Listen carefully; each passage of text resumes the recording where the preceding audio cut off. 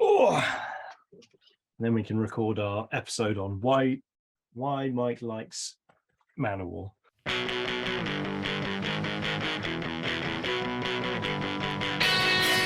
Hi, and welcome to another episode of Rule of Carnage. This is where myself, Glenn Ford, a games designer and developer, talks to this guy, Mike Hutchinson, also a games designer and developer. We have worked on and put together games as varied as Gaslands, A Billion Suns, Moonflight, and other wonderful and splendid things. And we're here to talk about designing, hopefully, better miniatures games. So today we're going to have a chat about thematic mechanics, designing thematic mechanics, which can mean a lot of things. People have asked, about thematic mechanics in the comment section of some of our other videos, and we've designed we've designed a range of things that could fall into this bucket of terms, but I think, first of all, it's worth talking about the fact that in tabletop games generally, and this is from board games, through to miniatures games like this, we use the term wrong. We use the term theme wrongly. We just don't use it the way it should be used. And the way that's a big issue is that we kind of dump a whole set of things that in other areas described with distinct and different terminology all into one big bucket of theme. And that's a problem, because when you're trying to do one of those things and you're kind of tying it to one of the other things, it all gets a bit messy and awkward. And I think it can mess up, I think it causes a lot of rule sets to be actually badly written because they're trying to include one thing and not another, and it all causes issues. So what in other sort of areas is meant by theme is the purpose or intent of an overall work. The theme is what the work is like trying to get across or achieve, what it's trying to end up doing, what it's there for. We tend to mean theme as in something that's a combination of theme, genre, motif, conceit, and background, all as one thing, and that's a big issue. So the genre or motif of a piece are the repeated elements of works of a similar kind, or repeated elements within the work itself. So a genre concern would be a thing that repeats across different works of a similar nature, and a motif would be the things that repeat within a given work, that sort of refer back to each other and reflect and repeat around. The conceit, and I think the conceit is one of the big things that we misuse theme for within these games. The conceit is the sort of the narrative explanation for why you are there and why you're doing what you're doing. So I'm a post-apocalyptic raider is a conceit of a given game. I'm not a post-apocalyptic raider. I'm a bearded dude, in the year 2022, sitting at a tabletop pushing miniatures around. But today the conceit is that I'm in the year 3072 and I'm running through a desert and trying to survive. And I think one of the big issues is that we often use the conceit of a game to explain the rules of a game. So I'm never going to say in a rule set, move the blue block to the brown space on the board in order to produce a black block that you can then use to operate the gray space on the board. I'm going to say that you can move water to the factory in order to produce coal in order to run the steam engine. Those are conceits that I'm using to explain rules. And because of that, if you think that conceit is theme, you're putting theme into rules. And once you're putting theme into rules, you think it's acceptable to put background into rules, and you end up with clunky, difficult to understand, convoluted and overblown rule sets. So the background is something we might also call fluff. It's the the narrative text that sets the world in a larger context and lets us maybe understand why certain conceits are the way they are. So you put your conceits into your background, but the conceits are where the player finds his route into the background and into the world, etc., etc. So they all connect together in various ways that are important and useful and worth thinking of in different ways. And we, and I mean this collectively as a whole community, we use theme to refer to all of those things within games, which is a problem and is an issue, and is probably worth not doing quite as much as we do. Is that a fair overview? Right? I enjoyed that opening soapbox. It was excellent. Soapbox. Yeah, no, and I also I also feel like you're arguing for conceited rules rather than themey rules.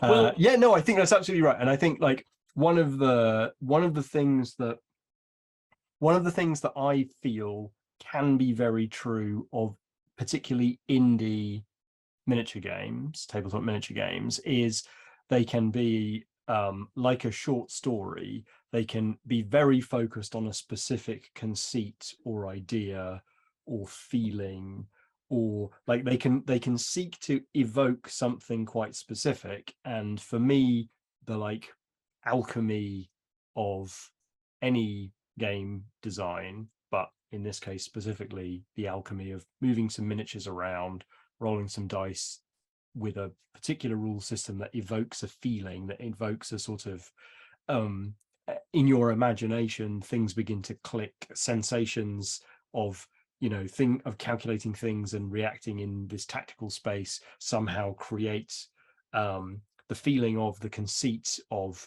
being a post-apocalyptic raider, or the theme of losing people in a dark cave, if that's what your game's about. Like, it sort of it's not that any of these things are subservient to each other. It's just that knowing which one is which, and I think also knowing where the idea for the game is rooted, because I might set about to write a cowboy game, like a western like 6-gun shooting, tombstone town kind of a game, but I think there's a way of approaching that which just says, all right, I'm going to write a cowboy game, and they're not worrying about anything other than the surface level thing.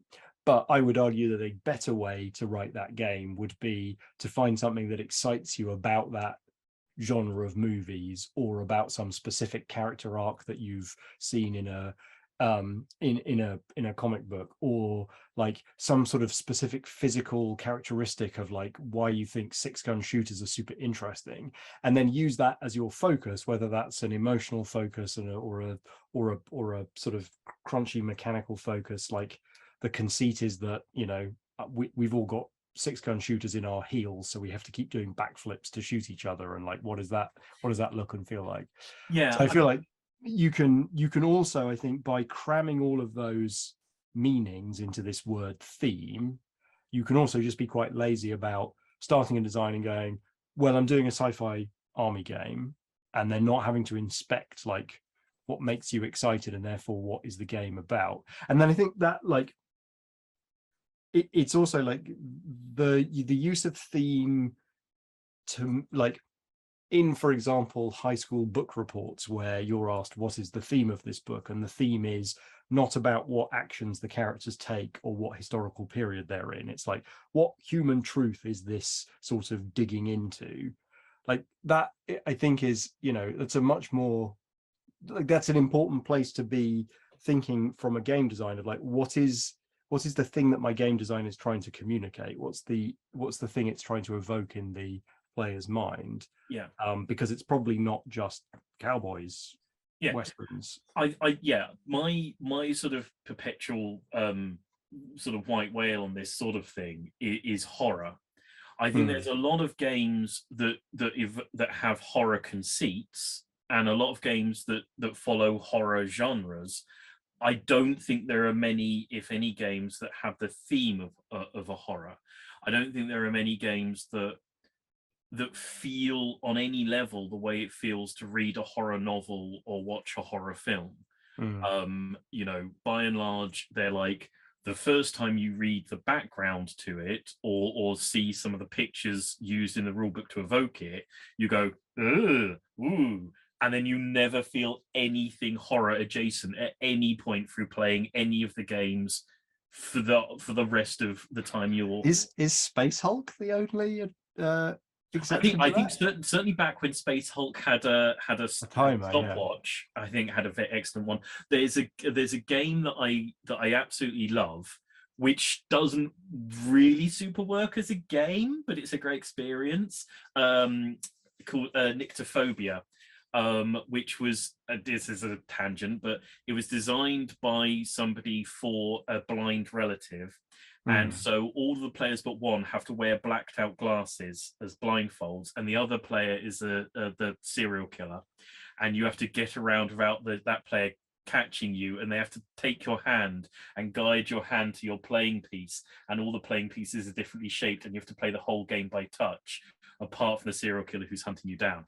And it doesn't really work as a game because the sighted player has a horrible advantage, and it only works if they are playing for you to enjoy the experience. But that's a great experience of a horror game when it's working well. That's a tangential thing. So I think, like, on the question of like how do you write thematic mechanics, what we're trying to do with this conversation is sort of first establish, like, what do we even mean by theme? And I guess my argument would be very strongly that there's a wispy idea, there's an inspiration, there's a thing, there's a kernel at the heart of every game design where somebody suddenly sat up in their chair and went, wait a minute, that's an idea for a game. And whatever that is, like, that's the thing that all the mechanics need to, the conceits and the subject matter and the genre and the names of the rules and the way that they're written and the illustration and the layout of the book and the miniature choices and the scale, like, all of that is essentially choices towards a thematic rule. It's like, how can I transport this moment of excitement and delight at an idea, whatever that idea is, and give it to you, or somehow transport it to you and plant it in the same pleasure center of your brain. And that like, yeah, we'll get to some things about how you do that, but like, at least in answer to this question of like designing thematic rules, like that, I think that's the task at hand. Yeah, and I think it's sort of figuring out the ways in which the different bits that we've sort of suggested make up what we consider theme, is how they can service each other at various points. So I think an example of a theme that actually turns out fairly regularly in this sort of game is the tension of, for example, selling your lives dearly during a last stand. That's the tension, the sense of, you know, I must die well, or my children and wife will be forfeit. That's a thematic concern, that the human sacrifice, the noble last stand, those moments I think are thematic concerns. And there's a lot of a lot of these sorts of games choose to engage with that particular thematic idea. Now, whether you can then build your conceits and your rules and touch on your genre tropes, and there are, I think, interestingly, genre tropes of our games that service some of these things, in order to achieve that theme or not, I think it personally is part of whether your game is actually going to be a successful game, or just another bunch of pushing things around the table and bashing stat lines into each other and seeing if the random number generation Jesus lets you win today. I mean, I guess it's a slightly highfalutin way of attacking this, but Glenn and I definitely agree on this, which is like, we've been to sort of cast this into the history of cinema. Like, we invented the camera a while ago, and then we figured out that we could put together like casts of actors, but we're still, to my degree, sort of stumbling around in the silent film era, where we haven't really figured out how to get past the tools themselves and get to what everybody else is working on, mostly in other mediums, which is how do you really make these games, these pieces of art, these pieces of design be about something more than they just are on the surface. And so I think your example there of Selling Your Lives Dearly, I think, is a really good example of where you can write a fantasy battle game that gives you the physical tooling to maneuver fantasy battle units around, and then you can examine what themes and narrative purposes and interesting stories might be lying under that, or one particular element of that, be it the universe that it's set in or the reality of what that might be like, and then dig into that and build all of your mechanics around that. Like a good example is Sean Sutter's Sludge, which basically, like, it takes a mental image of what if the mud is so thick that you can't even lift your boots out of it, and as your fellow soldiers fall around you and the brown becomes red with the gore of everyone that's dying around you, like, what would that be like to represent on the tabletop? And then every rule in that game, as far as he could, is trying to evoke this horror land, this nightmarish landscape, and all the tokens that you put down in comically large piles, you're sort of invited to try and see through their abstract representation to be like, well, I can't lift my shoe out because it's just weighed down with the bodies of my previous compatriots. And so that, I think, yeah, it's such an interesting sort of, I don't know, it's just a challenge for us at the moment. And Yeah. it's not something that I always raise myself up to either, because sometimes I'm just like, I want to write a spaceship game that is like X-Wing, but it's got, more zooming lasers in it or something, and that's enough for me. But if we're going to keep pushing this forward and making games that are, the sort of next evolution of what you can achieve with these things, then we need to be thinking and worrying about trying to tell actual stories, or as I said at the beginning, like focusing in, because indie games can, like, focusing in on a more tightly scoped conceit or a tightly scoped subject matter, and maybe that isn't got enough legs to support 1 billion hours of play and 700 supplement books, but it's still a worthwhile use of game design time, and it's a worthwhile use of players' play energy. And I think it's a lovely idea to suggest that maybe we can all think about advancing the form with this sort of idea and this sort of thing. But on a much more basic level, I think every game design benefits from saying, okay, what am I trying to make players fit? What sort of emotion, what sort of event am I trying to recreate? What's the moment I want my players to feel? Right, okay, well, that's my actual theme. That's the actual intention of my work, not to get too sort of, fancy about the terms, but I'm creating something and I want it to do something, and that's my theme. Now, how am I going to do that? Well, I'm going to try and suggest to them that they imagine a certain world. I want them to picture that they're in a certain situation.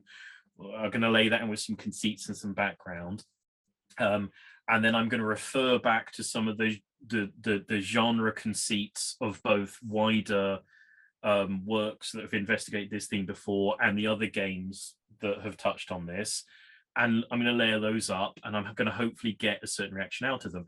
And it'd be lovely if we advanced the form by sometimes making that reaction something other than fear and tension, or wow, it totally felt like I just shot him before he shot me. I'm a gun duelist in a western. But that'll do. That's lovely. If you can get at least that much theme, I think that we're a step ahead of. There is a tendency where you can pick up a certain game and you feel like you could pull off the the background and the conceits from the set of mechanics and drop in a completely different set, and they would just plonk on top and it would be fine and you'd never even know.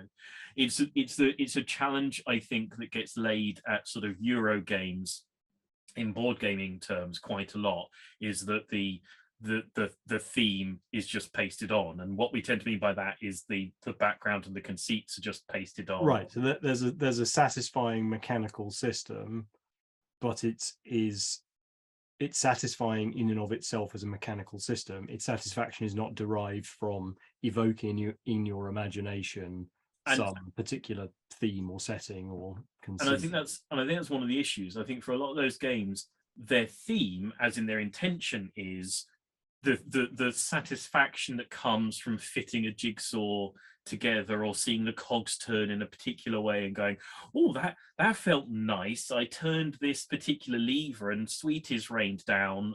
I feel clever. Getting people to feel clever is a thematic intent of a work, and there's nothing wrong with that. But it's really hard to like sell abstracts. So here's the engine that will occasionally make people feel clever and good about themselves. That's my theme. Now let's paint on, I don't know, it's in a sweetie factory or it's in a farm and they're chickens. The cubes are chickens and the smaller cubes are eggs, and that's what you're doing. And who really cares? And that gets leveled a lot at Euro games. But I think a lot of the sorts of games we're talking about could have that charge leveled at them. I think for Euro games, there's sort of two obvious reasons why to do that. And maybe for miniature games, we add a third, which is like on a practical level, I think humans are just better at telling stories to themselves about why bits connect to other bits. And I think you've talked about this before, but like having a conceit, having a story of like, it's eggs and packing factories and then trucks that take the eggs to supermarkets. Like, although each of these is just like tedious mathematical systems, now I can remember the order of them and I can have some kind of concept of why I might do a certain action or how it functions. So it aids logic and memory. But of course, it also does the very practical thing of selling the game in a marketing sense when it's on the shelf, because I'm like, ooh, a game about the Sheriff of Nottingham. I like things to do with the Sheriff of Nottingham. I might find inside that it's an extremely crunchy sort of puzzle with Euro wheels on it, and it doesn't really have anything to do with that. But that at least got me to pick it up and consider it. And so I think both of those two things are applicable to miniature games that have very, very unrelated rule systems, like rule systems that could be essentially generic to whatever the toy soldiers that you're playing with. But then we've also got toy soldiers to worry about, which is I've got a collection of cases with miniatures in, and I want to be told in shorthand which case of miniatures to pull down in order to be able to operate this Nintendo cartridge. And so to a degree, like the theme is doing an additional thing than the sort of Eurogame theme, which is it's telling me how to, if I don't have a line of miniatures, or even if I do, it's telling me like which terrain box to pull down. Well, I mean, that's what the genre's doing. That's what the genre that's is. the genre does for you. And I think one of the big problems, for me, I think anyway, one of the big problems is that for sometimes the theme of a given work is a miniatures game. My aim, my intention is to make a miniatures game, is to make something that will be on the tabletop. And create a whole and functioning miniatures game where toy soldiers run around and at no point does the game blue screen. Yeah, it will fulfill the genre tropes of having movement and shooting and close combat and charges and maybe psychology tests and things of that nature. And it will fulfill the genre tropes of you win by like breaking the other person or wiping them out. And it will fulfill the genre tropes of taking up a certain tabletop size and having a certain number of miniatures. It would, and then it will add the separate genre tropes of, well, it's got laser guns and it's got bugs and it's got space marines in it. Yeah, and this is one of the issues, is that creating a functioning miniatures game is a concern for a work that has its own set of genres, and it can be its own thing, naked and rules alone, and Yeah. then there's like some story that you could pudge on top or not. And if these two things are just like peelable off, then I don't want that game. Frankly, I don't want that game to exist personally. Harsh. That's really harsh and very unkind. But This is why Glenn doesn't play abstract board games. I mean, you know what I mean? If you gave me that without that, and that was just great, I'm fine with that. I'm perfectly happy. You're going to create an abstract miniatures game where all of the miniatures are like grey blobs of specific sizes and shapes. I will absolutely play that very, very happily. But less painting involved. But you know, but this thing needs to be intractable from the other thing. Otherwise, this has been done 100 times and been done very well and really nicely. And I don't need another one. This might be a good time to break the conversation, because I certainly want to move on to like the places that you would then wire those two things together, and some of the places that like are more obvious to wire those together, which actually might not be the most strong places to wire those together. Like, let me just take all of my generic faction rules and just give them names that fit the thing that I'm trying to stick on the top. So I guess in the second half of this conversation, we'll talk about how do you actually wire those two things together in a satisfying way, in our opinion. Yes, we will take a shot in the next conversation at maybe actually telling people how to create rules that service a theme, rules that mechanics that build to a theme, that service a conceit, that evoke a conceit, that evoke a genre, that do all these things. Now that we've sort of maybe suggested to think about them in different ways from each other and understand where you're doing one thing and not the other, and not just to bucket them all together, because that is problematic, we will hopefully start talking about how you can actually achieve some of these things in the next conversation. But for now, if you've watched this point, please like and subscribe. Look us up on social media. I think for the moment, though, it's going to be goodbye from this episode of Rule of Carnage. So, see you later. Thank you and goodbye. Bye.